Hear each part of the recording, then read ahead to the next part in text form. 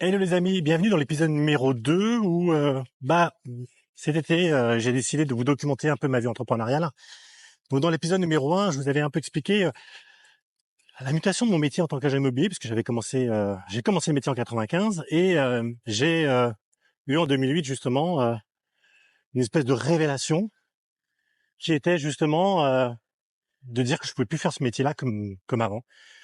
Et ce que je vous disais dans l'épisode numéro 1, c'est que je me suis vite retrouvé à être frustré de faire systématiquement la même chose et me retrouver toujours à la queue leu dans la prise de mandat avec tous mes copains, tous mes collègues et de pas être en amont de tout ça en réalité. Et ça, voilà, je me disais qu'il y avait forcément une méthode là-dessus. Je me disais qu'il y avait forcément une option. Et donc, ce que je vous disais, c'est que j'ai commencé un peu à me documenter aux États-Unis, puisque c'est vrai qu'aux US, on a la chance d'avoir des techniques qui sont un petit peu plus évoluées que celles qu'on a en France. Et on a souvent un décalage de quelques années. Généralement, on dit 10 ans, parce que c'est la réalité, je sais pas. Bon, bref. Et donc, du coup, voilà, j'ai commencé en 2008, avant de me reposer des questions et à me dire que ouais, j'en avais marre de faire ce boulot comme ça. Et donc, dans les techniques qu'on avait vues, il y avait donc les fameuses techniques d'inbound marketing qui étaient donc le principe de pouvoir donner de la valeur. Et le fait de donner de la valeur faisait qu'il y avait un effet de réciprocité sur les personnes qui lisent ce contenu et qui se disent bon, voilà, il y a de la valeur et j'ai envie d'aller plus loin avec eux. Et donc j'ai commencé à créer un blog qui a extrêmement bien marché, puisque le blog de mon agence arrivait à peu près à 15 000 visites par mois. Et puis sur le blog de Faciologie, donc l'agence de marketing que j'avais créé donc en parallèle de mon activité en 2008, quelques années plus tard, je crois que c'est 2 ans ou 3 ans plus tard, faisait à peu près 30-35 000 visiteurs par mois. Et donc, voilà, moi mon problème aujourd'hui c'était donc de capter des leads, parce que tout de suite, je me suis retrouvé confronté à un problème qui est simple, c'est que j'avais des visiteurs, mais j'avais pas de leads pour autant. C'est-à-dire que j'avais pas, on va dire, j'arrivais pas à récupérer les emails de mes prospects, j'arrivais pas concrètement à faire le business. Donc certes, j'étais très content, j'avais des visites, mais à côté de ça, j'avais pas de, j'avais pas de lead. Donc du coup, c'était difficile pour moi de faire du business. Donc très rapidement, je me suis dit, ok, comment je fais aujourd'hui pour capter des leads? Alors j'avais l'option qu'on connaît tous, hein, c'est-à-dire d'avoir des prescripteurs, gardiens, amis, anciens clients. Mais bien sûr, tout ça a une limite. Déjà, des prescripteurs, on n'en a pas une liste infinie. Et puis, surtout ces prescripteurs, on s'aperçoit que la plupart du temps, c'est des gens qui étaient au courant vraiment à la fin du projet. Donc là, c'est pareil. C'est des sources que j'ai très vite abandonnées parce que justement, voilà, ça n'apportait pas grand-chose. Et donc ensuite, j'ai créé mes fameux contenus sur les blogs. J'ai commencé donc pour ça à écrire pas mal d'articles sur les problématiques de mes prospects. Et d'ailleurs, il y a une technique assez simple par rapport à ça.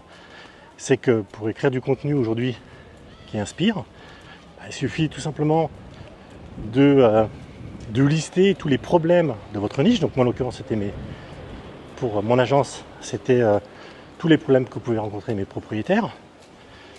Par exemple, problème de délai, problème de service, problème de promesses faites par les agents immobiliers, bref. En gros, l'idée c'était de réunir tout ça et d'en faire des articles. Et ensuite, pour Faciologie, ma cible c'était vous qui m'ont regardé, donc la profession immobilière.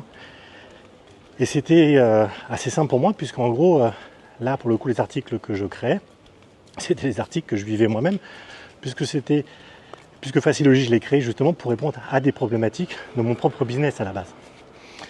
Et donc du coup, une fois que j'ai réalisé ça, qu'est-ce que j'ai commencé à faire? Parce que je vous disais tout à l'heure que j'arrivais à avoir pour le coup pas mal de ranking au niveau Google. Donc en gros, j'étais bien positionné au niveau des moteurs de recherche. Et ce que j'ai mis en place ensuite, c'était un système d'appât. En gros, un système d'appât, pour ceux qui ne connaissent pas, c'est vous êtes sur un article de blog par exemple, et là, vous demandez à la personne de télécharger un e-book, donc un PDF, qui lui va approfondir un petit peu plus sur justement les problématiques et les solutions que vous pouvez apporter justement à votre niche. Et ça a extrêmement bien cartonné parce que ce sont des e-books. Alors je vous parle de ça en plus quand j'ai commencé, il n'y avait pas l'IA. Ce sont des e-books qu'on pouvait créer à l'époque en une semaine.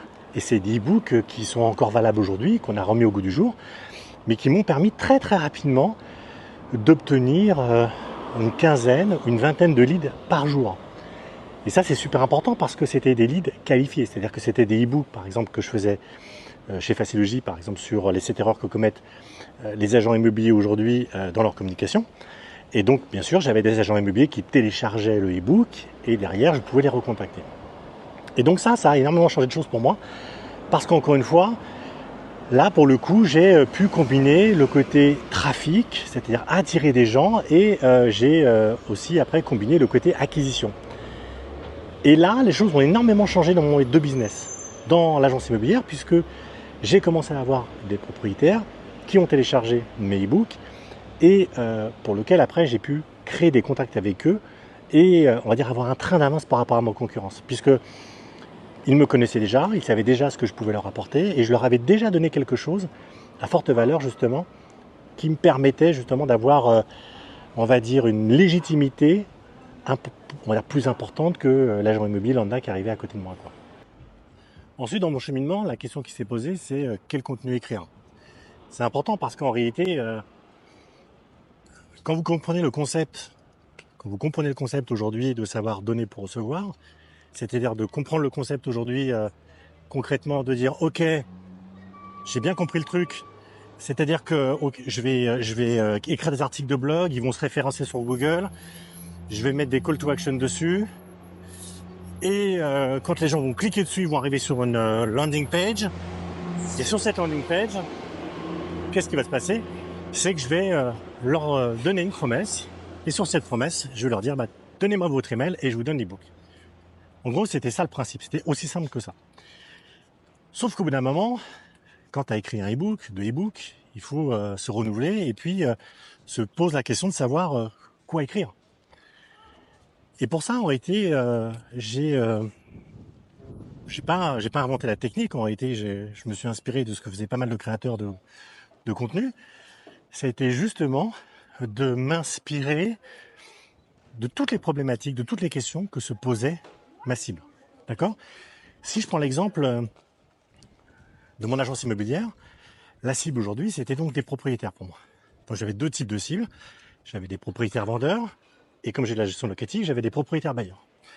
Et donc, qu'est-ce que j'ai fait? C'est que je me suis inspiré des clients que j'avais perdus, en leur disant pourquoi aujourd'hui vous êtes partis.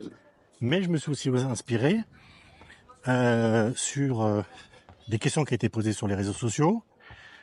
Et puis j'ai fait aussi un truc très simple, c'est que j'avais donc à l'époque envoyé un emailing à toute ma base de prospects et je leur avais posé la question. Et je leur avais dit voilà, aujourd'hui, quelle était la plus grosse frustration que vous avez rencontrée ou que vous rencontrez ou que vous avez rencontré dans le cas donc dans le cas de la vente d'un bien, c'était la vente d'un bien, et dans le cas de la gestion locative, la mise en gestion. Et en gros, j'ai eu quelques réponses.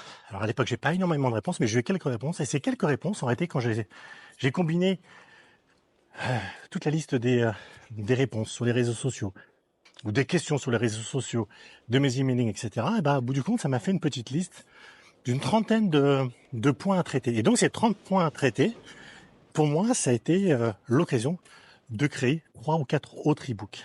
Et ça, c'est génial parce qu'en réalité, dans la vie d'un entrepreneur, puisque la définition même d'un entrepreneur, c'est de trouver des solutions à des problématiques, et ce qui était génial, c'est qu'en réalité, ces problématiques, je les avais devant moi, et plutôt que de réinventer la roue comme à chaque fois, il suffisait que, hop, je récupère tout ça, et que je le mette après en forme, et je le mette sous forme d'e-book. Et d'ailleurs, puisque le principe, justement dans mon business, c'est que l'idée, c'est qu'à chaque fois que j'avais une nouvelle offre, une nouvelle idée, l'idée, c'était que je la mette systématiquement en place dans mon agence immobilière, et ensuite, je la proposais à mes clients. Ça qui est génial en réalité, c'est que dans ma vie d'entrepreneur et dans ma mutation, indirectement, même si je fais plus de visites, même s'il y a des choses qu'un manager fait que je ne fais plus aujourd'hui, en revanche, ce qui est génial, c'est que j'ai la chance d'avoir un labo, on va dire, grandeur nature. Et ce labo aujourd'hui me permet systématiquement de tester des nouveautés, mais avec toujours cette obligation de résultat. Parce qu'en gros, vous pouvez avoir des nouveautés aujourd'hui qui rapportent rien, que vous payez. Mais là, l'objectif, c'était vraiment d'avoir des choses impactantes et qui, concrètement, apportent du résultat à mon agence et donc apportent du résultat à mes clients. Et donc, une fois que ça a été fait, en réalité, c'est ce qui me permettait de créer mes nouvelles offres. Ensuite, est venue la partie vidéo, mais qui est venue bien plus tard. Pourquoi ? Parce que, et ça je vous en ferai dans une prochaine vidéo, enfin je vous expliquerai un petit peu comment j'ai géré la partie vidéo. J'ai créé la partie vidéo bien plus tard, en 2022. Pourquoi en 2022 ? Parce que, en réalité, on peut penser que se foutre derrière une caméra et blablater, c'est extrêmement simple. Mais c'est extrêmement compliqué parce qu'on se complique soi-même l'existence et on se complique souvent soi-même la vie lorsqu'on fait ce type de démarche. Pourtant, la vidéo pour moi était devenue un élément incontournable. Pourquoi ? Parce que écrire des articles, c'était génial. Mais il y avait un petit truc qui me manquait et ce petit truc aujourd'hui, c'était de pouvoir créer une relation, générer une émotion avec mon audience. Et ça, malheureusement, dans le cas d'une écriture, c'est la limite de l'écriture. C'est oui, vous rankez sur Google, oui, vous apparaissez, mais à côté de ça, j'avais du mal à créer un lien avec mon audience. Et comme j'avais du mal à me positionner, à me dire mais comment je vais arriver à faire des vidéos, comment écrire les contenus, est-ce que je scripte, est-ce que je scripte pas. En gros, j'ai mis énormément de temps à me le mettre en place. Mais ça, je vous expliquerai ça dans une prochaine vidéo. Voilà, j'espère que ce contenu vous a plu. Voilà, encore une fois, l'idée c'était de vous documenter ma vie entrepreneuriale en tant qu'agent immobilier et aussi en tant qu'agence de marketing en parallèle. Je vous dis à très bientôt, bonne journée.